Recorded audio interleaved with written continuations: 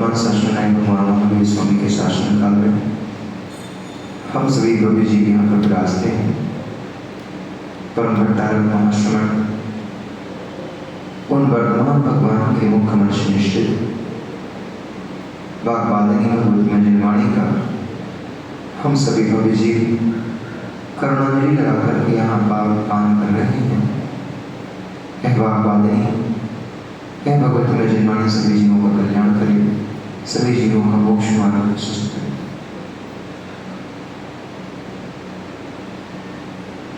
लोक में जीव इस शरीर की रक्षा के लिए, तन की स्थिति के लिए न जाने कितने कितने जीवों का घात करता है, कितने प्राणियों को उनकी निर्मम हत्या करता है, हिंसा करता है और उस हिंसा के पाप से स्वयं अपनी आत्मा का विघात करता है।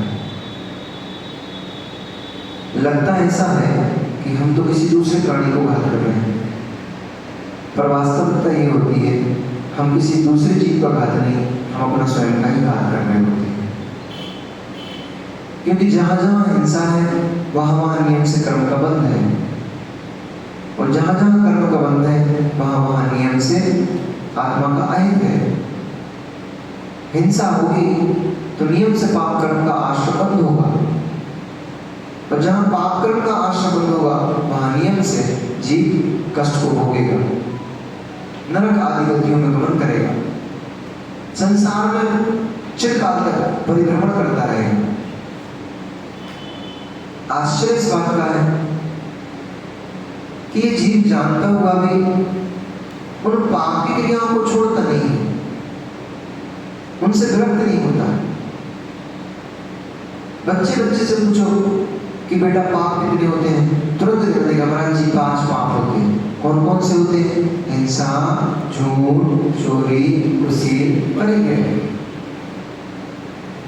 महाराज जी ठाकुर से बहुत बढ़िया बेटे, तुमने 5 पाप याद कर लिए, लो सामान्य अच्छा है। पर उससे पूछो ये हिंसा कहाँ कहाँ होती है?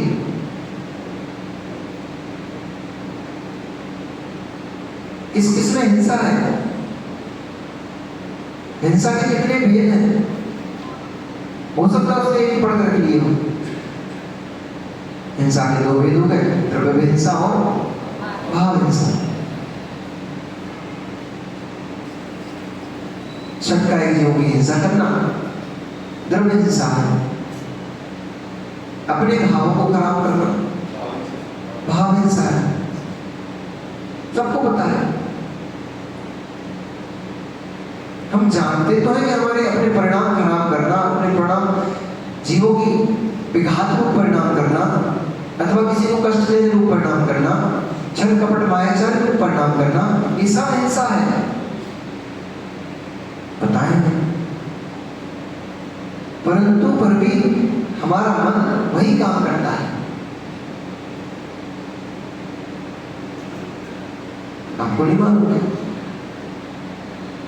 कि हिंसा करने से पाप को बंद होता है? सबको पता है, फिर भी हम बच कितना पाते उससे? यह युग है बच कितना पाते भी नहीं। हम बचना कितना चाहते हैं, बच कितना पाते, इसमें चलो एक मजबूरी पड़ी हुई है। अब मुनिराज तो आप सब लोग हो नहीं, आर्य का माता जी हो नहीं, कि सभी प्रकार के 5 पापों से आप पूर्ण रूप से निवृत्त हो चुके हो। घर में रहते हो तो घर में झाड़ू भी करना पड़ेगा, साफ सफाई करनी पड़ेगी, नहीं तो घर कूड़ा बन जाएगा, कचरा घर बन जाएगा। आवश्यक काम करना पड़ेगा, पानी छाननी पड़ेगा, क्योंकि प्यास मिटाना है तो भोजन पानी तो बनाना ही पड़ेगा, भूख मिटाना है भोजन बनाना पड़ेगा, प्यास मिटाना है पानी भरना पड़ेगा, नल से कुआं से जहाँ से लाना तो पड़ेगा। पानी खींचने में, चलाने में, नल को मोटर चलाने में, इन सब में हिंसा होगी। हर क्रिया में हिंसा बड़ी बड़ी, तो उससे हम नहीं बच पा रहे हैं। आप श्रावक हो, आपको धन कमाना पड़ेगा, तभी आपकी जीवन चर्या चल पाएगी। तो धन कमाने के लिए आपको दुकान भी जाना पड़ेगा, माल लाना भी पड़ेगा, ले जाना भी पड़ेगा, उतारना रखना पड़ेगा। इस सब में हिंसा होगी, आरंभ की क्रिया है, सब में हिंसा हो रही है, परंतु ये छोड़ नहीं जा सकती।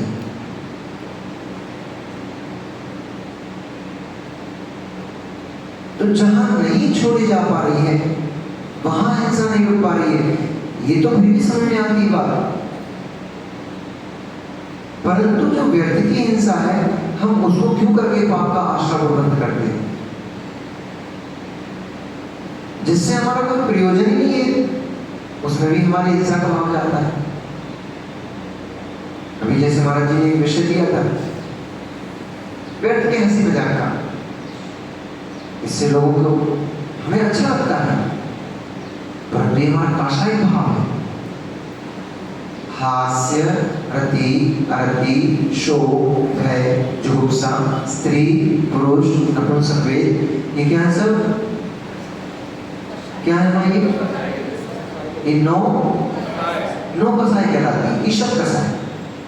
नौ कसाई मतलब 9 संख्या है और 9 कसाई कहलाती है।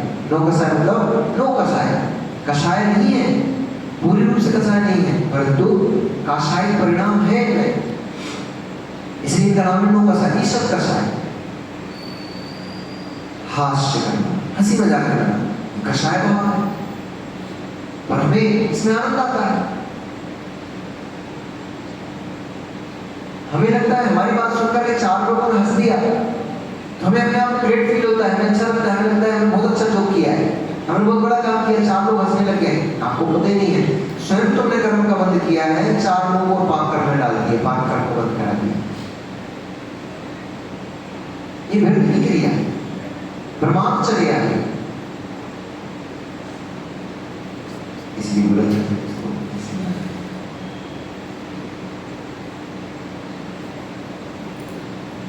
तो काशाय भाव होते हैं जीव के, कहां जीव है, सबसे पहले तो ये पता करना पड़ेगा, क्योंकि अधिकतर आपकी हिंसा इसलिए होती है क्योंकि आपको इस बात का ज्ञान ही नहीं है कि यहां जीव है।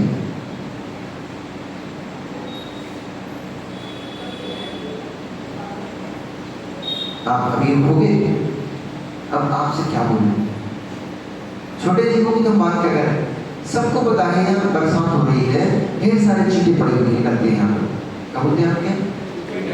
चींटे बोलते हैं, चेटा, चींटे, मकोड़े, कहीं चींटे बोलते, कहीं चेटा बोलते, अगर हम चेटा बोलते, चेटा चेटी, यहाँ मकोड़े, चींटा जो भी बोलते हैं, सबको पता है यहाँ पर चींटे बहुत सारे। अब जब हमें मालूम है कि यहाँ चींटे बहुत सारे, तो हमारा कर्तव्य क्या बनता है? नीचे देख के चलना चाहिए, कर्तव्य है कि नहीं हमारा? यदि हमें पाप से बचना है, यदि हमें कष्ट, आपको ये पता है ना कि हिंसा करने से पाप लगता है, पाप से जीव नरक में जाता है, नीचे गिरता है, फिर जगती में जाएगा, अथवा मनुष्य बन गया तो दुखी दरिद्री होगा, शरीर में रोग शोक पीड़ा रहेगी, हिंसा का फल होगा। और जब हमें पता है कि हिंसा का फल ऐसा होता है, फिर भी हम देख कर के चल रहे हैं, इसका नाम प्रमाद है। अब हम देख के क्यों नहीं चल रहे? तो आचार्य बोलते पुरुषार्थ सिद्धि उपाय ग्रंथ में आचार्य समग्र मंत्र सुने, पुरुषार्थ सिद्धि उपाय में समग्र मंत्र सुने, आचार्य मंत्र लिखा हुआ है पुरुषार्थ सिद्धि उपाय में, कौन से आचार्य मंत्र लिखा है? अभी नाम बता दूंगा, इसलिए हो गया। तो पुरुषार्थ सिद्धि उपाय ग्रंथ में लिखा हुआ है कि यदि जीव देखकर चल रहा है, 4 हाथ भूमि को देख करके क्रिया परिशोधन करते हुए यदि जीव गमनागमन कर रहा है, तो जीव हिंसा होने पर भी वह बद्ध नहीं है, कर्म का बंध नहीं होता है। ऐश्वर्य समिति से भोजन कर रहा है, अब मुनिराज तो हाथ में नहीं लेकर करते, आप थाली में सुना नहीं कर सकते, थाली में सुधर की बात में क्या करें, ये तो बहुत बात की बात हो गई। पहले रात का खाना तो छोड़ो, थाली का सुधर तो बहुत बात की कहानी है। पहले रात्रि भोजन तो छोड़ो, महापाप का बंध है।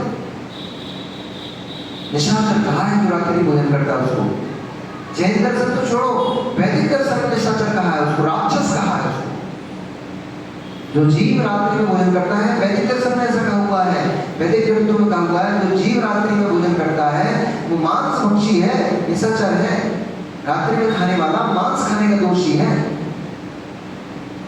रात्रि में पान करने वाला, पानक पीने वाला, पानी पीने वाला वो रक्तपान के बराबर दोषी है। वैदिक दर्शन में ये व्याख्या है। जैन दर्शन में तो क्या व्याख्या कहें हम आपको, जैन दर्शन में तो सूर्य अस्त के बाद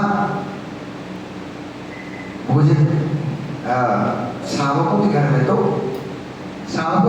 तो सूर्य अस्त जैसे होता है, अस्त होता है उससे 48 मिनट पहले ही घरों में किवाड़ बंद हो जाते हैं, चौकी। जैन के घर में, जो जैन है उसकी बात कर रहे हैं, जे एक आयन और जा में आई की मतलब चाहिए और ना वो वाला नहीं। जो जैन है, जिन धर्म का अनुयायी है, जिनेंद्र भगवान की बात को मानता है, पाक्षिक भी श्रावक है, केवल जिनेंद्र भगवान का पक्ष मात्र रखता है, ऐसा श्रावक भी न रात्रि में स्वयं बनाता है, न बनवाता है, न खाता है, न खिलाता है। अब यदि आप घर में जाकर के और रात्रि में भोजन की डिमांड करोगे अपनी पत्नी से, तो उस बेचारे और उसका मन नहीं है बनाने का, तो आपने एक तो त्रस्त स्थावर जीवों की हत्या की, उसका पाप लगेगा। स्वयं रात्रि में भोजन किया, अपनी आत्मा को पाप से भावित किया, पाप में डाला, कष्ट में डाला, इसलिए स्वयं की आत्मा की हत्या का दोष लगेगा। तीसरा, एक जीव जो धर्म से जुड़ा हुआ है, जो रात्रि में भोजन नहीं बनाना चाहता, उसको आपने जबरदस्ती भोजन बनवाया उससे, इसलिए उसकी भाव हिंसा करी, उसका भी पाप आपको लगेगा।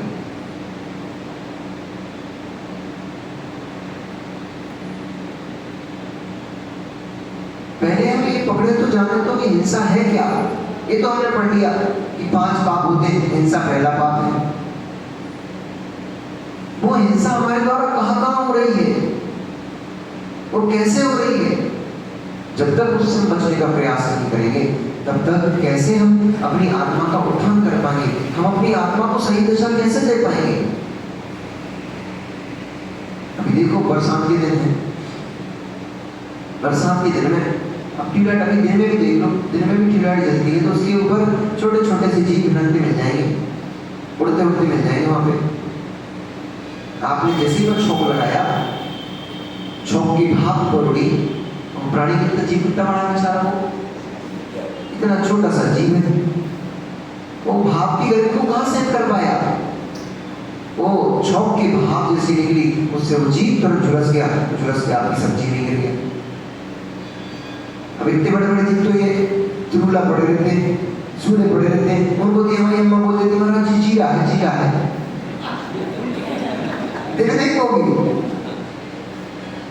प्रकाश में, सूर्य के प्रकाश में मुनिराज आहार कर रहे हैं, कदाचित चावल में, दाल में कभी वो सूरज निकल आए तो महाराज अंदर आकर बैठ न जाए, तो अम्मा क्या कहती, महाराज कुछ नहीं तो जीरा चल गया। और तो छोड़ो भैया, ये तो हमारी अम्मा इतनी कलाकार होती हैं, दाल में जीरा जलाए तो समझ में जाता है, ये तो रबड़ी में भी जीरा जला देती है। इलायची की कर फिर सामने आती है कि इलायची पड़ी हुई महाराज जी, सेंधी इलायची। अम्मा को ध्यान रखा करो, सेंधी वस्तुएं मुनिराज नहीं ग्रहण करते हैं, दोष बनता है उनको हिंसा का। सेंधी इलायची गल जाती है, वो सेंधी इलायची मुनिराज की ग्रहण करनी नहीं होती है, किसी चीज होना चाहिए। सेंधी कोई वस्तु मुनिराज ग्रहण नहीं करते, चाहे लौंग हो, इलायची हो, सौंफ हो, कोई भी चीज हो। सेंगा तो होता है वो बीज कहलाता है, और बीज में उत्पन्न होने की शक्ति होती है, उगने की शक्ति होती है, इसलिए योनि भूत है वो।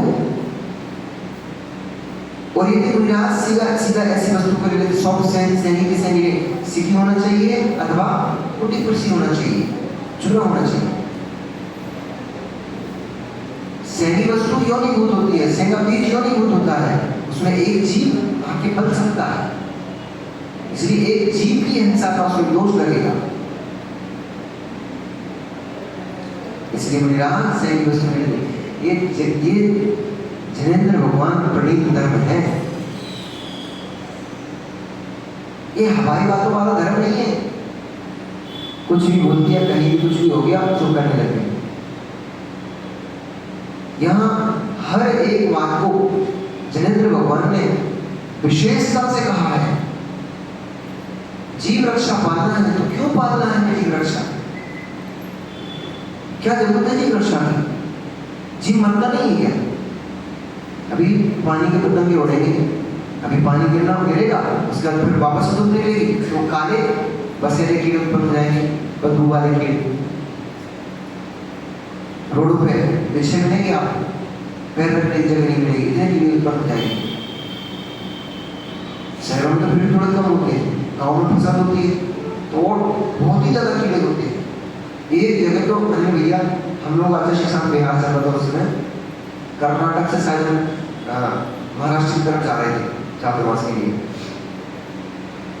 उस समय इतने कीड़े उत्पन्न हुए, जिस स्कूल में हम लोगों को रोका गया उस स्कूल का पूरा जो फर्श एकदम काला हो रहा था।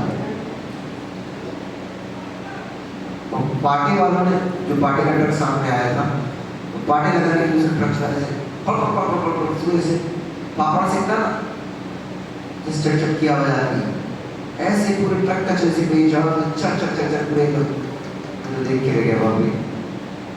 मैंने आचार्य से बोला, आचार्य देखो कितनी जीवों की प्रार्थना हो गई।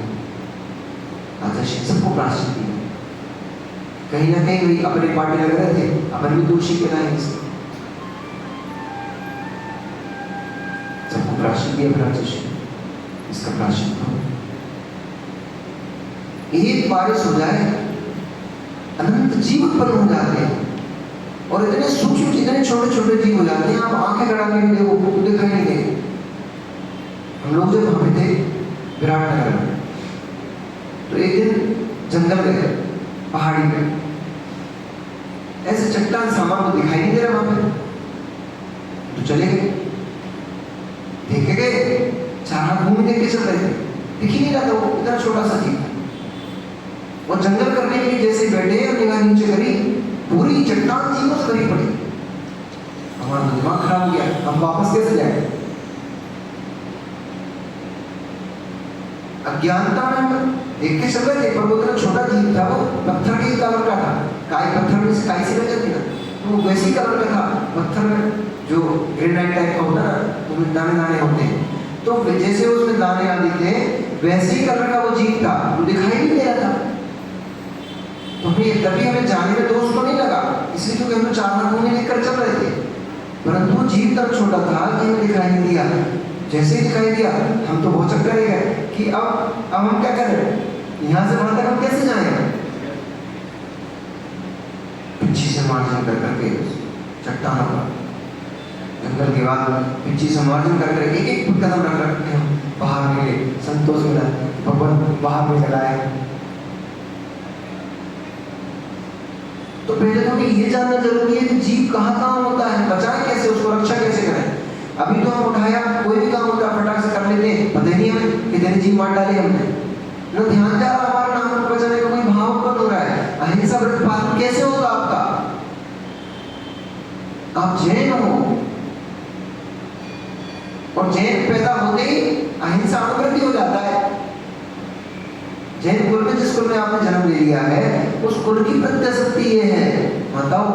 और भैया सब लोगों को बोल रहा हूं, आप संतान के राग में कहीं ऐसा ना हो कि संतान के भी पापों का बोझा आप ढोते फिरो।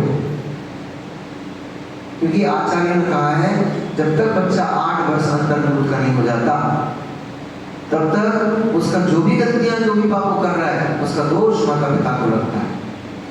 वो अबोध है, वो नहीं जानता है। इसलिए पैदा होते ये मत देखा करो एक बच्चा हमारा छोटा सा है, अभी तो बिटिया हमारी छोटी सी है, अभी कुछ नहीं कर दी दोस्तों, छोटा सा बच्चा है, उसको बताओ वो यदि कोई गलत काम करता है, वो चीटा मार रहा है, तो उसको बताओ जी बेटा इसको मारती नहीं है, पाप लगता है इसको, हिंसा है, तभी बता दो उसको ये हिंसा है। पहले 5 साल के बच्चे स्कूल जाते थे, हम जब पढ़े स्कूल में तब भैया हम 5 साल के हो गए तब हमारा एडमिशन हुआ था स्कूल में। अब तो 2 साल में स्कूल पहुंचा देते बच्चे को, बेचारे को पढ़ने ही नहीं देते, पढ़ाई नहीं होने देते। पहली बार जितना बड़ा बच्चा नहीं, उससे 1.5 गुना बच्चे के बस का होता है, जितना पूरे बच्चे का वजन नहीं, उससे ज्यादा उसकी किताबों का वजन होता है। बुद्धि विकसित नहीं होने देते उसकी, खेलने कूदने से बुद्धि ज्यादा विकसित होती है। उल्टा जमाना चल रहा है आज। आप लोगों को लगता है किताबी ज्ञान लेने से बुद्धि विकसित होती है, किताबी ज्ञान लेने से शब्द ज्ञान होता है, उसका अर्थ ज्ञान कब होगा? जब बुद्धि काम करेगी तब उसका अर्थ ज्ञान होगा। अभी एक बच्चे से मैंने बोला, हमने कहा भाई ये लोग दर्शन का यहाँ व्यवस्था करी है, सामने मकान है, वहाँ से लोग छप्पर पे आते जाते रहते हैं, ये मुझे आड़ की व्यवस्था कर दो। अब वो बेचारा दिमाग लगा रहा, इंजीनियर था, वो दिमाग लगा रहा कि इसमें कील तो कोई है ही नहीं, कुटिया बांधने की जगह है ही नहीं, कुछ रस्सी बांधने की जगह ही नहीं, अब इसमें आड़ कैसे करें? ये हमारे आज के देश के इंजीनियर हैं। पैदा होते हुए बुंदेलखंड बच्चा, मतलब हमारे देश का बच्चा पैदा होते हुए ये जुगाड़ उठाना शुरू कर देता है। ये छोटी मोटी चीजें काम कैसे निपटा रहे हैं, तो छोटे छोटे बच्चे निपटा लेते हैं। छोटे से बच्चे से बोल दो भाई यहाँ पे कुछ आड़ करना है, वो वैसे तो इतना दिमाग खुद ही चला देता है। और हमारे इंजीनियर हमारे देश के ऐसे, उनको ये दिमाग ये नहीं चल रहा हम आड़ कैसे करें, बांधे कैसे रस्सी से। हमने उसको बताया कि भैया एक काम करे, एक रस्सी इसमें फंसा दे, एक रस्सी इसमें फंसा दे, बन गया। मतलब फंसाने तक का दिमाग नहीं चलता व्यक्ति का कि इसको फंसाएं कैसे रस्सी को। वो वहीं कील और खुटिया डूबरा, कील मिल जाए खुटिया मिल जाए, उसमें बांध दे। बुद्धि का विकास ही नहीं हो पा रहा ना। पहले खेलते कूदते थे बच्चे, 5 साल तक 4 साल तक तो बच्चे खेलने कूदने में निकल जाते थे, फिर स्कूल भी जाते थे, तो सुबह के समय पे स्कूल जाते थे, दोपहर के समय को पर्याप्त मिलता था, उसमें खेलते कूदते थे, शरीर का व्यायाम होता था, बुद्धि का विकास होता था। ट्रैक्टर ट्राली बनाना सीखते थे मिट्टी का, बैलगाड़ी बनाते थे मिट्टी का, कहाँ सीख देना है, कहाँ पूछ देना है, तो वो दिमाग चलाते थे। उस समय बुद्धि का व्यायाम होता था, विकास करते थे। अब सुबह से आप लड़का दिए उसको बसता, सुबह से किताबों की लाइनों पे अटका पड़ा है, अब अपनी बुद्धि से तो सोच ही नहीं पाता है, जितना इसने लिख दिया उतना ही सोचा उतना ही चला। पैकेज तो बड़े बड़े हो गए, जॉब अच्छी हो गई है, बड़ी बड़ी जॉब हो गई है, मेट्रोस में जाकर बच्चे हमारे जॉब कर रहे हैं, पैसा कमा रहे हैं, पैसा तो खूब कमा रहे हैं, परंतु जो बौद्धिक विकास था उसका ह्रास हो गया, बुद्धि से विकलांग होते चले जा रहे हैं। ये सब चीजें हमें सीखना पड़ेगी यदि अपनी रक्षा करना है तो, क्योंकि हमें यही पता नहीं है अभी तो कि हम कुछ भी जो कार्य कर रहे हैं उस कार्य में हो क्या रहा है।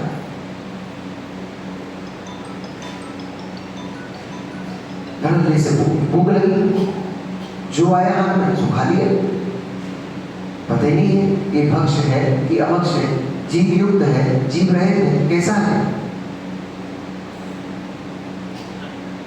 प्यास लगी, उठाया बॉटल मंगाई, पानी पी लिए, बिस्लरी है, और का है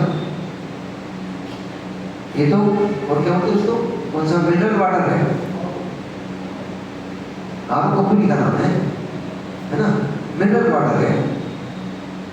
उस मिनरल वाटर में देखो तो जैन आदम कह रहा है कैसे भी पानी हो, 48 मिनट के अंदर छान के भी रखा है, मिक्स करके भी रखा है, उसमें फिटकरी भी डाली अथवा गर्म करके भी रखा है, 48 मिनट के अंदर वो पीने योग्य है।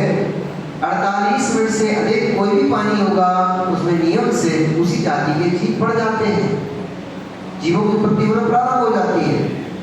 अब तुम चाहे आरओ का कहो, चाहे फिल्टर्ड कहो, चाहे बिस्लरी कहो, महीनों महीनों की बोतल रखी है, सड़ गया वो पानी, तुम्हें लग रहा है हम तो प्योर पानी पी रहे हैं, शुद्ध पानी पी रहे हैं। और आरओ का पानी तो बहुत ज्यादा नुकसानदायक है। सारे पोषक तत्व जो पानी के होते हैं उसमें फिल्टर हो जाते हैं। और इसको तो बहुत सारे लोगों ने, बहुत सारे अभी जो डॉक्टर्स हैं वो मना कर रहे हैं। तो पहले सजेस्ट करते थे कि औरों का पानी पिए, अब मना कर रहे हैं, बोल रहे हैं घुटने का तो सबसे ज्यादा दर्द बढ़ना शुरू हुआ है जब से औरों का पानी चला है, तब से घुटने का दर्द ज्यादा बढ़ गया। क्योंकि पानी में जो कैल्शियम तत्व होता था वो आपको नहीं मिल पा रहा, वो फिल्टर हो जाता है, उससे आपके घुटने दर्द कर रहे हैं। जैन दर्शन में जो भी बात कही जाती है वो बात मात्र जीव रक्षा नहीं, आपके अपने शरीर की रक्षा की दृष्टि से कही जाती है। उबला पानी पियो, आपको बीमारी नहीं लगेगी। शरीर की रक्षा देखना है आपको, शरीर स्वस्थ रखना है आपको, तो भी उबला पानी पियो। 2 काम हो गए, पाप से बच गए, राष्ट्र जल ग्रहण किया, पाप नहीं लगा, शरीर रोगी नहीं हुआ। उबला पानी पीने वाला व्यक्ति बहुत कम बीमार पड़ता है, फैट्स नहीं बढ़ता है। गुनगुना पानी पीना चाहिए, ना तेज गरम ना एकदम ठंडा, गुनगुना पानी पीना चाहिए। जो बॉइल वाटर पीता है उसको बीमारी नहीं लगती है। क्यों? क्योंकि जो उबला पानी होता है वो इम्यूनिटी बढ़ा देता है, शरीर में जो प्रतिरोधक क्षमता होती है, जीवों से लड़ने की शक्ति होती है, बैक्टीरिया से लड़ने की शक्ति होती है, उसको बढ़ा देता है। व्यर्थ का जो कचरा इकट्ठा हो जाता है वो पानी की हीट के कारण से पिघल के फिर बाहर निकल जाता है, फैट्स नहीं बढ़ता है। समझा भाई? गजानन भाई, गर्म पानी पिया करो और एक गजानन भैया गर्म पानी पिया करो, तुम्हारा पेट अंदर हो जाएगा। व्यर्थ का तो फैट जम जाता है ना, तेज गर्म पानी पियो, फैट निकल जाएगा, पिघल जाएगा। स्वास्थ्य की रक्षा हुई तो भी जीव की रक्षा हुई। सर्दी हो गई, जगह जगह नाक साफ करते फिर रहे, जितनी जगह स्थान पर वो सिंघाड़ फेंका है, नाक का बल सिंघाड़ कहलाता है, तो जितने स्थान पर उस नाक के बल को फेंक कर आए हैं उतने स्थान पर उसमें जीव उत्पन्न हो गए। फिर किसी का टायर पड़ेगा, किसी का पैर पड़ेगा, सब जीव मरेंगे, जीव हिंसा होगी। ये जैन दर्शन में बहुत सूक्ष्म दर्शन है। एक भैया बोल रहा था, ये इन लोगों से बोलते हैं कि जैनों के महाराज आ गए इसलिए पानी नहीं गिर रहा है। ये आपके अलवर में काफी सुनने चल रहा है, हमारे ट्रेंड में चल रहा है कि जैनों के महाराज आ गए इसलिए पानी नहीं गिर रहा है। बेचारों को यही पता नहीं है। जैन मुनिराज प्राणी मात्र के हित का भाव करते हैं। बोलना उनको भैया, ज्यादा नहीं समझाना, उनको बोलना हमारे मुनिराज प्राणी मात्र का हित चाहते हैं। पानी गिराएंगे तो असंख्यात जीव मरेंगे, इसलिए गिरने भी गिराते भी नहीं है। नहीं गिरेगा पानी अगर उनके कारण से रोक देंगे पानी को तो भी असंख्यात जीवों का घात होगा। गर्मी से जीव मरेंगे, गर्मी से जीव तड़पेंगे, जो खेत आदि कर रहे हैं उनकी फसल नहीं हो पाएगी, किसान भूखे मर जाएंगे।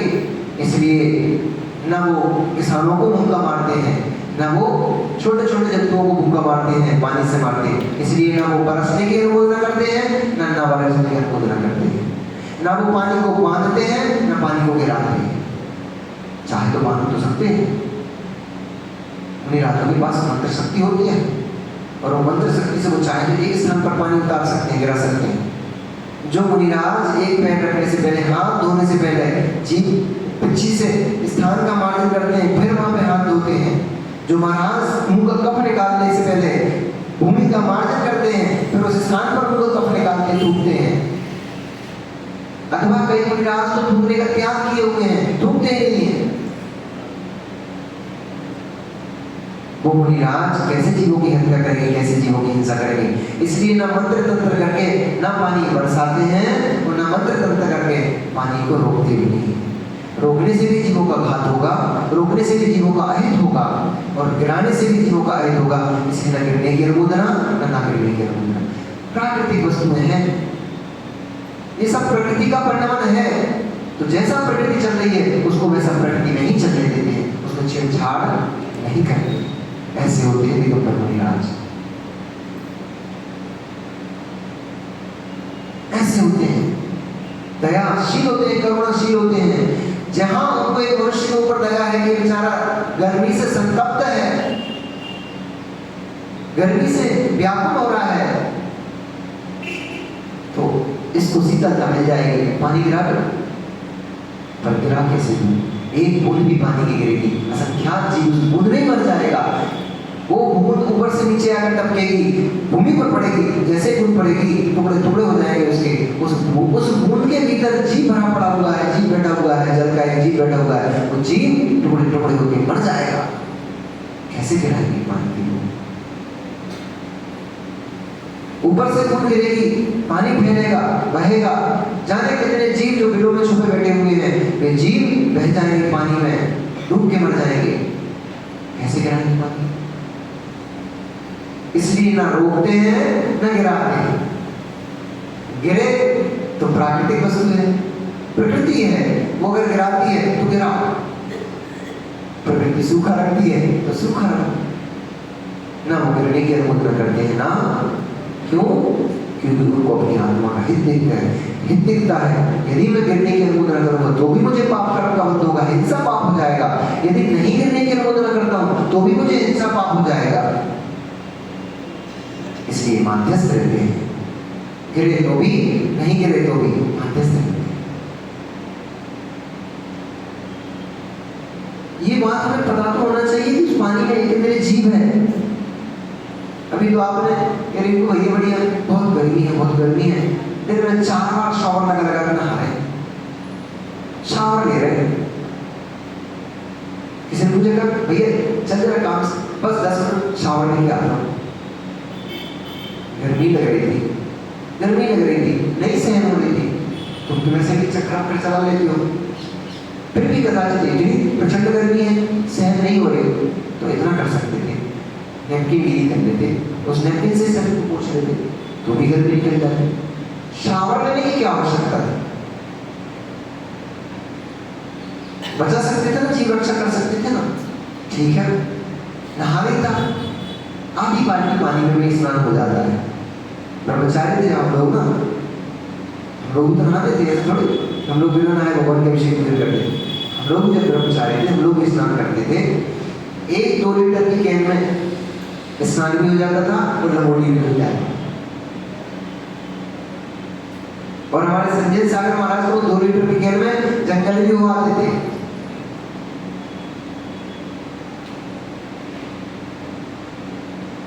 उतने में स्नान हो जाता। शुद्धि करना है, स्नान का अर्थ क्या है? शरीर की जल से शुद्धि करना है। तो 1-2 गिलास पानी डालने में भी पूरा शरीर नीला हो जाता है, शुद्ध हो जाता है। अब तुम लगे हो बाल्टी को बाल्टी ढाले जा रहा है, तुम्हें पता ही नहीं। एक बूंद पानी में कितना जीव है? फिर डांट खाओगे। 1 बूंद पानी में कितना जीव है? संख्यात जीव।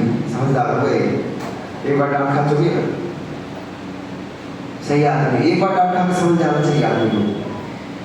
36,450 साइंस बोलती है ये दृश्य जीव हैं जो उसको दिखाई दे रहे हैं, और दृश्य ही और इतने छोटे छोटे से जीव पानी के अंदर है। एक बूंद की बात कर रहा हूँ, और इतने छोटे से जीव हैं जो माइक्रोस्कोप से भी दिखाई नहीं दे रहे हैं। वे जीव कितने हैं? फिर जल ही जिसका शरीर है, वह बूंद ही जिसका शरीर है, वे जीव कितने? असंख्यात। एक बूंद पानी को फेंकने में असंख्यात जीवों की विराधना होती है। अब मित्र मिलो अपने आप से कि आप शावर लेने गए थे, कितने बाल्टी पानी फेंक डाला, कितने जीवों की हत्या कर डाली। तो क्या महाराज जी नहाए नहीं? नहाओ तो, शुद्धि तो करो, परंतु वहां भी यह भाव रखो कि मैं शावर नहीं लेता हूं, मैं 4 बाल्टी पानी में 2 बाल्टी पानी में क्यों ना हूं। अरे नहाने की प्रक्रिया को मैं आधे बाल्टी पानी 3 मग्गे 4 मग्गे पानी में भी मेरा नहाने का काम पूरा हो जाएगा, तो मैं क्यों मैं तुम्हें इतना सारा पानी फेंक करके इतने सारे लोगों की प्रार्थना करूं? मेरा काम अल्प हिंसा से ही चल रहा है। मतलब इतनी जो आवश्यक क्रिया है उसमें जब इतनी हिंसा ही होगी उससे मेरा काम बन जाएगा, तो मैं क्यों इतनी सारी हिंसा करके पाप करूं?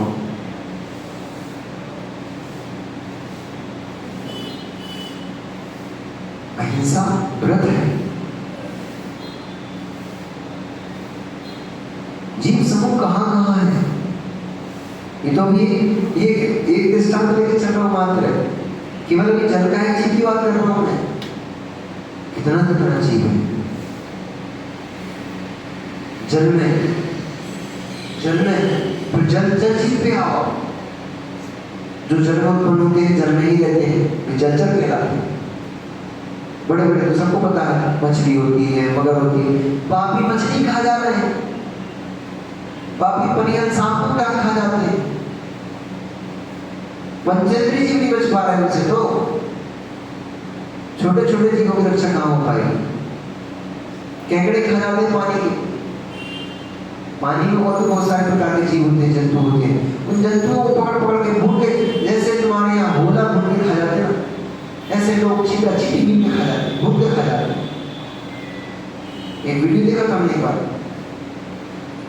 उसने चीटियों की चटनी बनाई। कैसा लग रहा है? चीटियों की चटनी आप खा लोगे? नहीं खा पाओगे। चीटियों का अचार खा लोगे? चीटों का अचार, केकड़ों का अचार खा लोगे?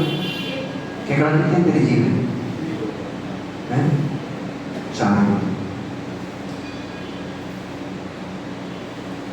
4 इंद्रिय जीव आपसे नहीं खाया जा रहा, क्योंकि आप देख रहे हो वो चल रहा है।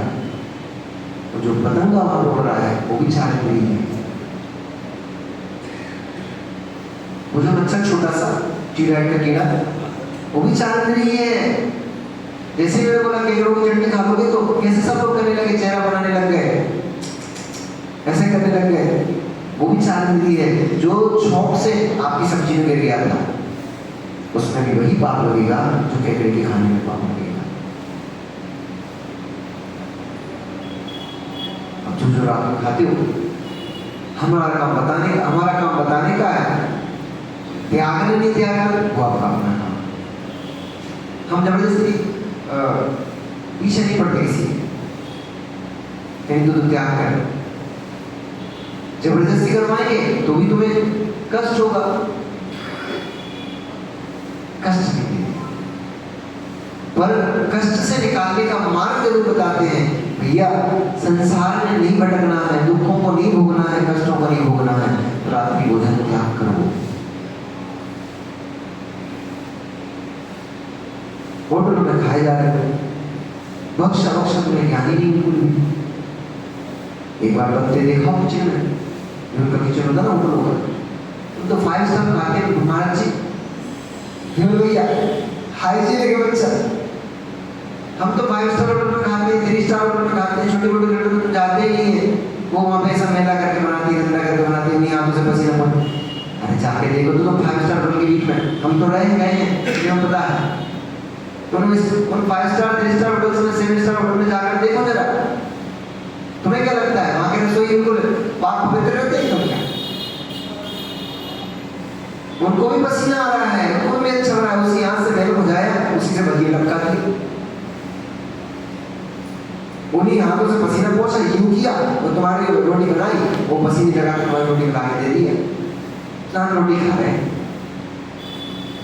तंदूरी रोटी खा रहे हैं, नान खा रहे हैं, चावल लगा के खा रहे हैं, चटका लगा खा रहे हैं। बेस्ट स्वाद है, पूरे अलवर का सबसे टॉप का सबसे बेस्ट स्वाद देने वाली होटल है, जाकर देख तो आओ। जो बेसन उन्होंने यूज करा है कितने दिन पुराना था, महीनों से वो बेसन रखा हुआ है। बेसन की बनाई रखती है माँ बरसात में 3 दिन, तो 3 दिन का बेसन निकाल के लाते हैं होटल वाले आप लोग, है ना? 3 दिन का बेसन लाते हैं निकाल के, और फिर उसमें भी दाल का शोधन कराते हो, फिर जीवाणु निकालते हो, कुछ नहीं निकालते, ऐसे ही उठाई दाल डाली चक्की में, सब छुड़े बुड़े जितने हुए चीजें हैं सब पिस गया उसमें। और ऐसे भोजन को आपको लगता है बहुत बढ़िया है, हाइजीनिक है, बहुत अच्छा टेस्टी है? टेस्टी नहीं है। जीवा इंद्री पर तो हो सकता है उसका स्वाद आ रहा होगा, टेस्टी लग रहा होगा, लेकिन असंख्यात जीवों को उसमें विघात हो चुका है। उस विघात का पाप कर्म का फल इसको भोगना पड़ेगा। और सुनो, इतने का ही नहीं, जिन जीवों का होटल में खाने का त्याग नहीं है, सुनो उनको भैया, ओ भाई देखो नाम क्या, सुलभ सुलभ नहीं, नाम क्या है, पुनीत भाई, सुनो पुनीत भाई, बड़ा अच्छा लगता है वो आइसक्रीम खाना। सुनो मेरी बात, यदि आपके बाजार के भोजन करने का त्याग नहीं है तो जितनी भी होटल है, केवल भारत देश में नहीं विश्व में जितनी भी होटल है, उन होटलों में जितना भोजन बन रहा है, उसमें जितनी हिंसा हो रही है, सबके पाप के भागीदार आप हैं। हर व्यक्ति को उसका पाप लग रहा है। क्यों लग रहा है? हम तो वहां जाएंगे ना महाराज, अब अमेरिका में होटल में भोजन बन रहा है, हम तो वहां जाएंगे, फिर उसकी मांस पकाने का मुझे दोष हमें क्यों लग रहा है? क्योंकि आपका होटल में खाने का त्याग नहीं है। इसलिए चाहे अमेरिका में बने, चाहे इंडिया में बने, चाहे पाकिस्तान में, चाहे तुर्किस्तान में, चाहे अफगानिस्तान में, चाहे चीन में, चाहे जापान में, कहीं भी बने, आपका होटल का त्याग नहीं है। इसलिए आपकी आसक्ति भाव उस भोजन में लगा हुआ है, और उस भोजन में आसक्ति के भाव से उस जगह पर बन रहे भोजन का भी पाप कर्म का बंध आपको लग रहा है। अब सोचो, यहाँ तो शावकों से कहा जा रहा है भैया घर में भी बनाओ तो अल्प बनाओ, अल्प आरंभ सारंभ करो, पानी का उपयोग कम करो, भोजन भी कम भोजन करो, कम से मतलब एक बार करो, 2 बार करो, 25 बार मत करो। जितनी बार भोजन बनाओगे उतनी बार दोष लगेगा। इसलिए अल्प, एक बार बनाओ, 2 बार बनाओ, एक बार भोजन करो, 2 बार भोजन करो, इतने में शरीर चल जाता है आराम से। साग भाजी कम खाओ, जितने अधिक साग भाजी निकालोगे, छिलका निकालोगे उनके, उतनी साग भाजी बर्बाद करना पड़ेगी। 1 खाओ, 2 खाओ, 3 खाओ, 25 प्रकार के व्यंजन मत बनाओ, पकवान मत बनाओ, 1-2 पकवान खा लो, बहुत चल जाएगा काम, इससे तुम्हारा चल जाएगा काम। ये सब जितनी भी आरंभ सारंभ की क्रिया है, सब आरंभ, यहाँ तो ये कहा जा रहा है घर में ही अत्यंत अल्प आरंभ करो। अब तुम्हारा बाहर का त्याग नहीं है, तो बाहर में जितना आरंभ सारंभ हो रहा है सबका पाप होने लग रहा है।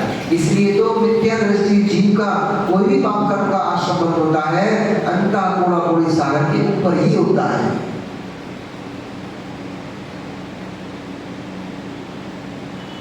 थोड़ा सा लग रहा है क्या आपको? अंतः कोड़ा कोड़ी सागर कम लग रहा है ना? एक कोड़ा कोड़ी सागर के अंदर की बात तो कर रहे हैं। कितना होता है पता है क्या? 1 करोड़ गुणित 1 करोड़ जो संख्या आई, इसका नाम है 1 कोड़ा कोड़ी। वर्ष नहीं, सागर। तो सागर का प्रमाण आप लोगों ने पढ़ा होगा, एक गड्ढा खोदो, उसमें पेड़ के बाल डालो, फिर हर 100 वर्ष में एक बाल निकालो, जब वो गड्ढा पूरा खाली हो जाए तो फिर अभी कहाँ एक सागर, अभी तो एक अद्दा, अभी तो एक अद्दा फल बना है। ऐसे असंख्यात अद्दा फल का एक व्यवहार फल बनेगा, ऐसे असंख्यात व्यवहार फलों का एक अद्दा सागर बनेगा, फिर असंख्यात अद्दा सागरों का फिर एक सागर बनेगा। कुल मिलाकर के एक बार गए तो गए। इसीलिए तो भैया कहीं कहीं भव लग जाते हैं कर्मों को निकालने में, कहीं भव लग जाते हैं, क्योंकि हमारे पास कर्म प्रवृत्तियां इतनी थोक में रखी हुई हैं, इतनी सारी रखी हुई हैं और इतनी रखी हुई हैं कि कई भव लग जाएंगे इनको निकालते निकालते। सम्यक दर्शन प्राप्त करने की आवश्यकता क्या होती है? यही होती है। करूंगा किसी दिन इस पर भी चर्चा, क्यों जरूरत है समय दर्शन प्राप्त करने की। इसलिए जीव राशि को जानो कि जीव राशि कहाँ कहाँ होती है।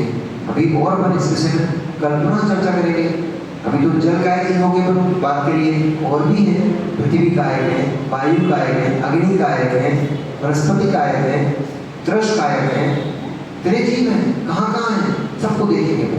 कल पुनः मिलेंगे, पुनः देखेंगे कहाँ कहाँ जीव है। और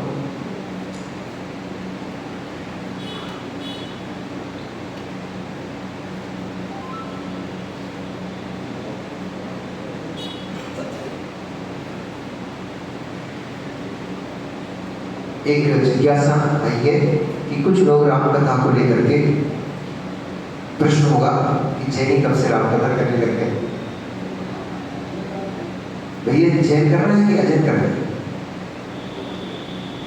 जो भी कर रहे हैं उनको बोलना रामचंद्र जी हमारे भगवान हैं, रामचंद्र जी हमारे केवली भगवान हैं, मोक्ष गए, निर्विघ्न दिगंबर मुनि हुए। तो यदि आप ऐसा पूछो कि राम जैन कब से राम करने लगे, तो जैन कब से दिगंबर मुनिराजों के भक्त नहीं है, ये आपको बताना पड़ेगा। जैन कब से तीर्थंकर अरहंत परमात्माओं के भक्त नहीं है, ये आपको बताना पड़ेगा। जिनका ये प्रश्न है कि जैन कब से करने लगे, जैनों के पास ही राम कथा थी, जैनों के पास जैनों की ही राम कथा है। बस अंतर इतना है कि हम अपनी किताबों को बंद करके रखे हुए, इसलिए हमें कुछ पता ही नहीं है। बाहर के लोगों ने टीवी पर प्रसारण कर दिया, इसलिए आपको लगता है कि राम तो बाहर के हैं। राम बाहर के नहीं है, राम भी जैन ही थे।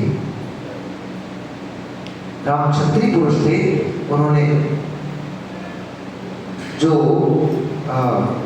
दिगंबर दीक्षा लेकर के अंत में और केवल ज्ञान को प्राप्त किया, निर्वाण को प्राप्त किया, मोक्ष गए हैं वे। इसलिए हमारे सिद्ध भगवान भी हैं, वे हमारे अनंत भगवान भी हैं। हम राम को राजा के रूप में नहीं पूछते हैं, लेकिन हम राम को तीर्थंकर अनंत भगवान के रूप में पूछते हैं, सिद्ध भगवान के रूप में हम भी राम को पूछते हैं। इसलिए इसमें कोई विरोध नहीं है। और आचार्य रविशरण स्वामी इन्होंने स्वयं ही इस पद्म पुराण ग्रंथ को लगभग आज से 1300-1400 वर्ष पूर्व उन्होंने इस ग्रंथ को लिखा है। और उन्होंने स्वयं ही लिखा है कि पुराण पुरुष, ये जो रामचंद्र जी हैं, ये महापुरुष में आते हैं। 169 जो महापुरुष होते हैं, उन 169 महापुरुष वो 63 सलाका पुरुषों में आते हैं। और आचार्य रविशरण स्वामी जी ने लिखा हुआ है पद्म पुराण के अंदर, उनको बोलते ना पढ़ो भैया, कि महापुरुषों के कथन करने से, कथा सुनने से गुण श्रेणी कर्मों की रचना होती है। इसलिए ये व्यक्ति का अपने दिमाग नहीं चलाना चाहिए व्यक्ति को। उनको बोलना भाई तुम्हारी सोच अभी बहुत छोटी सी है, थोड़ी सी है। इसलिए जन जन तक, घर घर तक हर व्यक्ति को राम कथा का सार पहुंचना चाहिए, चाहे जैन हो चाहे अजैन हो। हर व्यक्ति को ये पता पड़ना चाहिए राम वास्तव में कौन थे, राम का जीवन चरित्र क्या है। और राम का चरित्र यदि आपने अपने जीवन में उतार लिया तो मेरा विश्वास कर गारंटी से कह रहा हूँ, यदि राम का जीवन चरित्र आप लोगों ने अपने जीवन में उतार लिया तो आप भगवान बनने से आपको कोई नहीं रोक पाएगा। इसलिए राम को केवल आप वो धनुष बाण लटकाए मत देखते रहो, राम भगवान अनंत भी हुए हैं। उन्हीं अनंत भगवान राम की पूरी कथा है, उनकी पूरी जीवन कथा सुने। और जिनने प्रश्न किया उनको बोलना कि अब आपको तो 4 महीने कहीं जाने नहीं है, राम कथा जरूर सुनना है।